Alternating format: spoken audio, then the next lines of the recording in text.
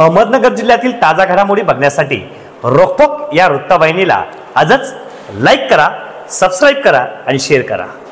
कोपरगाव शहरातील साहित्यरत्न अण्णाभाऊ साठे यांच्या जयंतीनिमित्त गुरुवारी संध्याकाळी मिरवणूक काढण्यात आली होती। मिरवणूक बस स्थानक परिसरात पोहोचल्यानंतर कृष्णा टी हाऊस जवळ पथदिवे असलेल्या नगरपालिकेचा पोल वाहनाच्या धक्क्याने कोसळल्याने एका रिक्षाचे मोठे नुकसान झाले आहे। सुदैवाने यात कोणालाही इजा झाली नाही।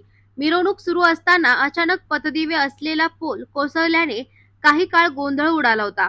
अचानक पळापळ सुरू झाल्याने शहर पोलीस निरीक्षक प्रदीप देशमुख, सहाय्यक पोलीस निरीक्षक विश्वास पावरा हे आपल्या कर्मचाऱ्यांसोबत त्या ठिकाणी पोहोचले आणि गर्दी बाजूला केली। पोल रस्त्यावर आडवा झाल्याने आणि या पोल मध्ये करंट असल्याने कोणाला इजा होऊ नये यासाठी पोलिसांनी तात्काळ वायरमनला बोलून वायरी कट करायला सांगितल्या।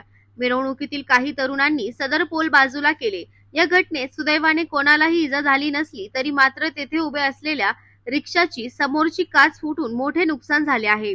विलास पवार हा गरीब रिक्षा चालक रिक्षा चालून आपल्या कुटुंबाचा उदरनिर्वाह करीत आहे। रिक्षाचे मोठे नुकसान झाल्याने शासनाकडून नुकसान भरपाई मिळावी अशीच अपेक्षा त्यांनी व्यक्त केली आहे।